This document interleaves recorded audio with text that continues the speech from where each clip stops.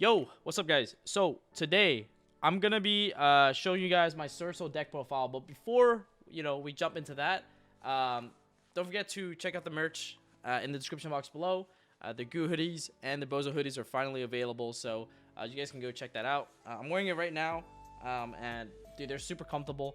And all I gotta say is that if you put the hoodie on, I think you might just play better. I don't know why that's the case, but it is what it is, So, let's get into the Swordsoul deck profile that I've been playing. I won 2 locals in a row straight with him, and I pulled 2 ultimate rares.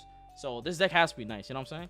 But let's jump right into it. This is my version of Swordsoul, my take on Swordsoul in the Tier 0 Ishizu meta, and what this deck looks like, right? So I know you guys have been watching me play Swordsoul in Master Duel, and honestly, I think that's one of the things I appreciate about Master Duel, the fact that it reinvigorated my love for this deck and made me decide to, built it on paper. So if you guys are from Master Duel and you guys want to build it on paper, this is what it should look like, or something similar to this. So feel free to give it a spin, right? So 3 Moye,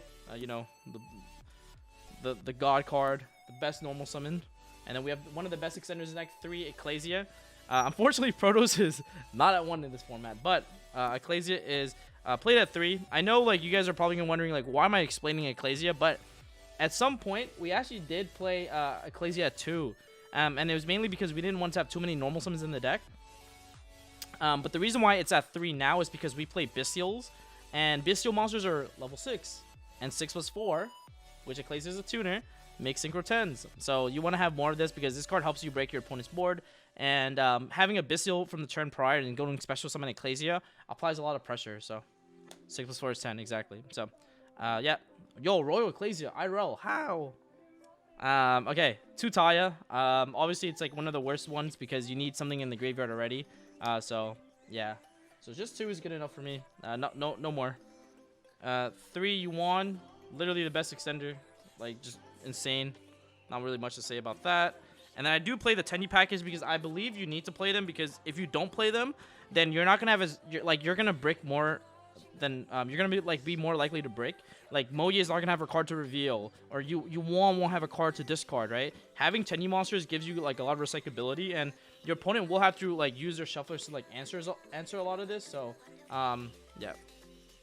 So 2 Vishuddha, and then 2 Adhara. So just 3/2/2. I did consider playing the 3rd Adhara because having level 1 tuner access is really powerful, because Adhara plus a Bystial is a Yazi, and a Yazi gives you access to your Swordsoul engine. So yeah, but I think 2 is fine. And now that's gonna be pretty much the worm engine. And shout out to Ecclesia, a honorary worm. Then we have, for the Bystials or the dragon monsters, we have 3 Magnamut. Not much to say, just insane. I play 3 Druid's Worm, and then 3 Serenir, and then we play the Goo, the spicy tech. The Shrudo. So basically, if you open Magnamut and you're able, because I play 15 hand traps plus 3 droplets, so a total of 18 non-engine cards.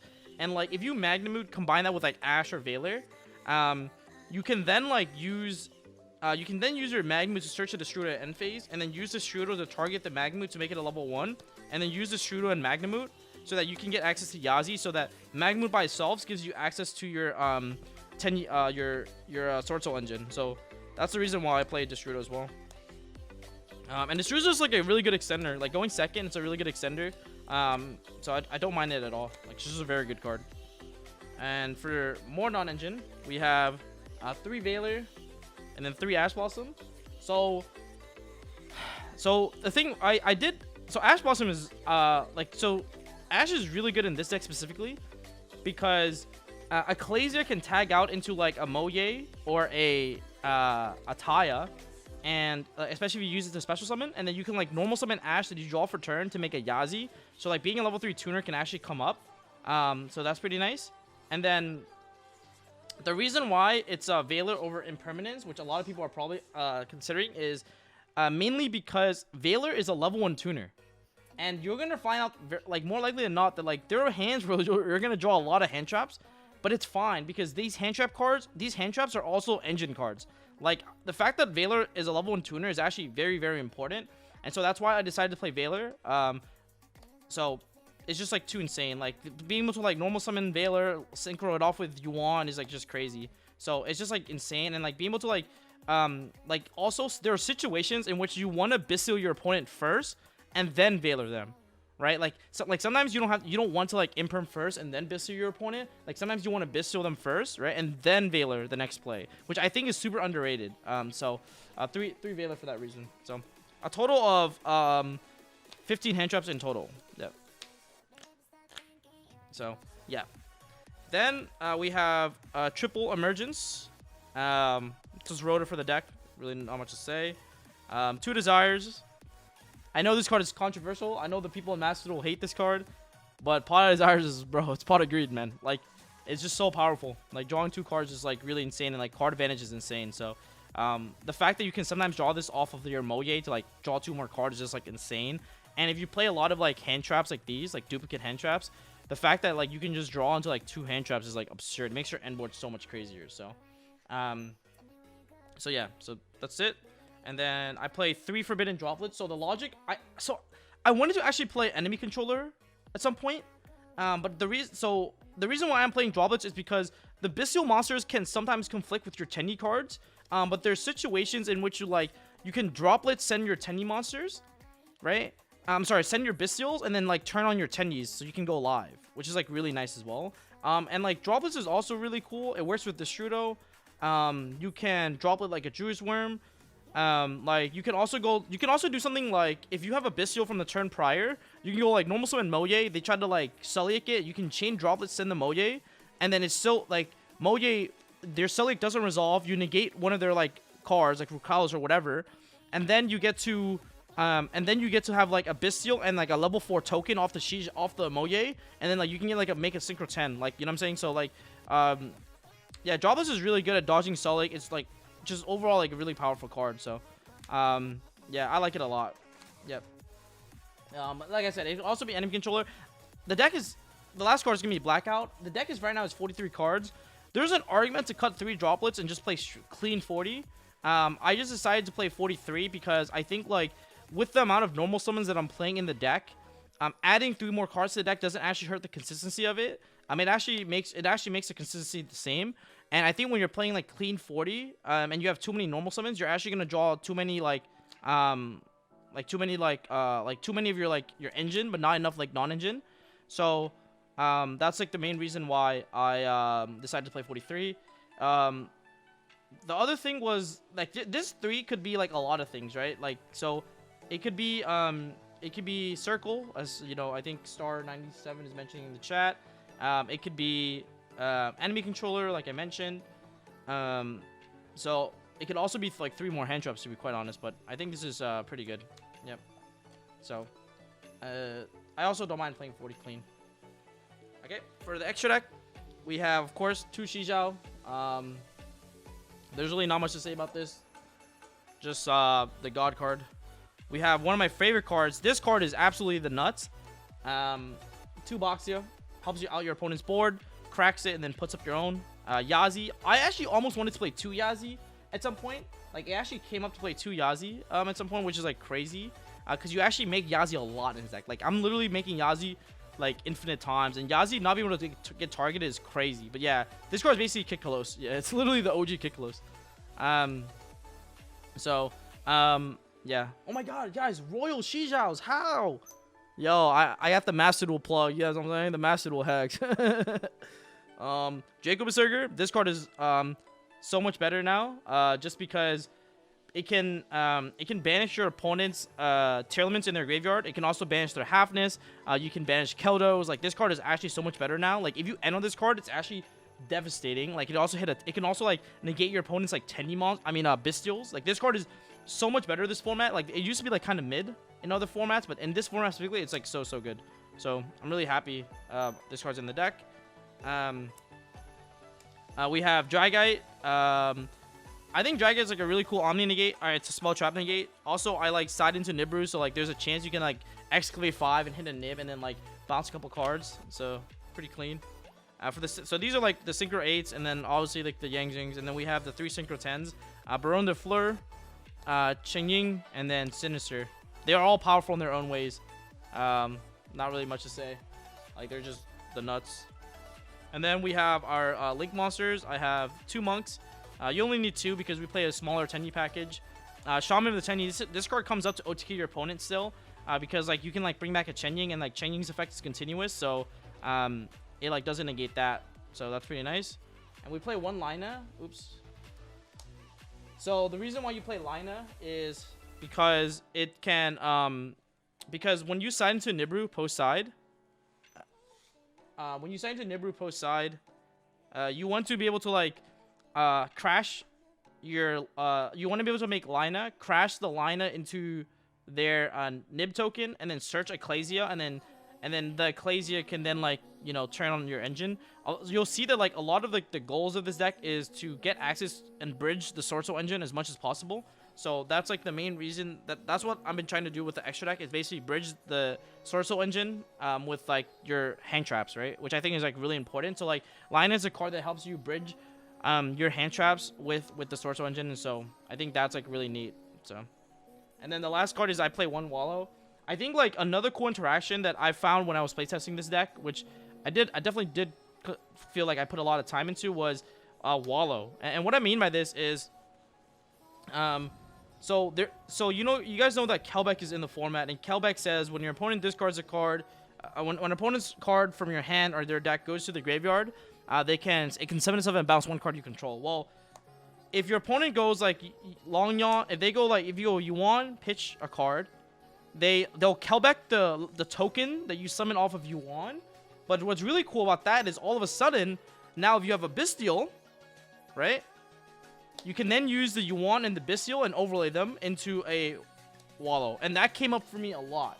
Like the fact that you can get Kelbecked on your token, and because the token leaves the field, you're no longer restricted into Synchro monsters, which means that you're able to exceed. And that's like actually like so insane. And the thing is, they never want to Kelbeck your Yuan, because if they Kelbeck your Yuan, now you have a card for follow-up. You know what I'm saying? Like now, like damn, now you have another card, and you have a level 4 token. And so like if you summon like a Bystial, you can still make a Synchro 10 regardless. You know what I'm saying? And like so regardless of what happens, they got checkmated. Like we're making a Synchro 10 or a rank 6 regardless, and both cards are bad for them. So I think that's pretty neat. So so that's like the reason why I'm playing Wallow. Like the fact that like it basically like checkmates your opponent in a way where like if they're playing like the Ishizu Tearlament deck, and because most people that are playing Ishizu Tearlaments are playing like people decks that have Kelbeck in them are playing Ishizu Tearlaments, right? So like it basically checkmates them in a way where like even if they try to Kelbeck the Yuan or the token, like you're gonna be putting up disruptions regardless, essentially, which is neat. So yeah, so that's pretty much the extra deck. And then now we're gonna go into the side deck. So Gamma. So I like Gamma a lot. It's really good into like Flu. It's good into Sprite. It's good into Exosister. It's just a very, very good card. You want to side it all like so.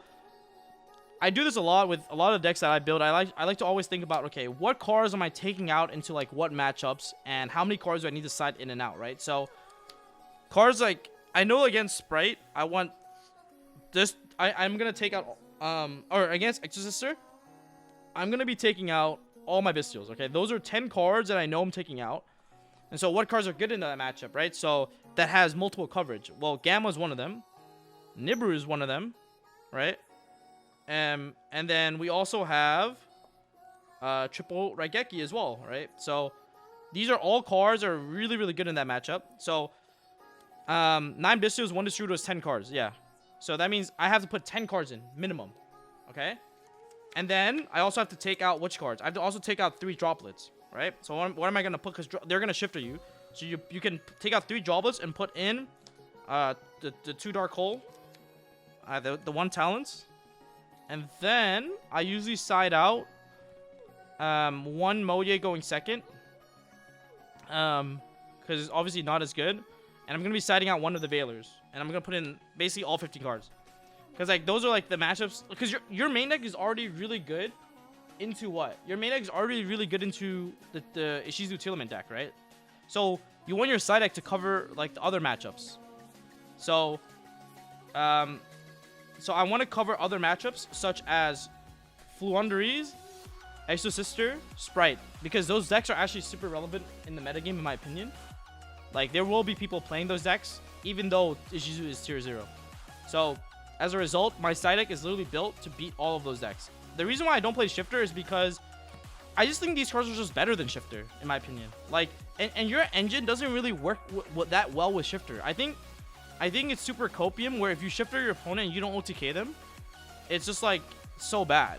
And like sometimes you need to open you need to open Shifter and very specific hands to kill your opponent, right? So I just don't like that card. I think cards like Nibru, because I don't need to side more cards for the Ishizu Tearlament matchup, right? Like, I already have 18 cards in the main deck. Like, and like, I'm gonna side into like Nibru as well in the Ishizu Tear matchup, and that's 21. Like, I have 21 non-engine cards, and I can even put in Gamma as well, right? But that's it. Like, you know, like, so I think the most important parts about side decking is you want your side deck to be covering as many matchups as possible.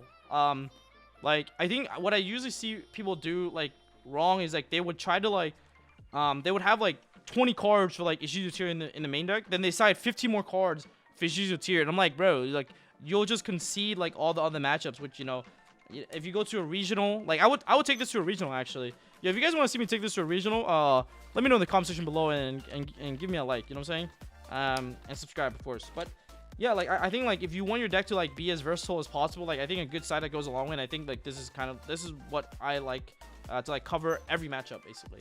And these cards work against rogue matchups too. Like you can play against like Tri-Brigade Sprite, and then you have Gamma in your deck. It's kind of creamy, right? So yeah. So that's pretty much the deck. I've been having a lot of fun with it. It's been pretty sick. I always feel like I gravitate back towards this deck from time to time, and it's awesome. Yeah, this deck doesn't really need back row hate because your engine is so good at pushing through back row. Like, there's cards like Boxia, Yazi, Barone, Chenying. Like, trap decks can't out of Chenying. You know what I'm saying? Like, it's just so insane.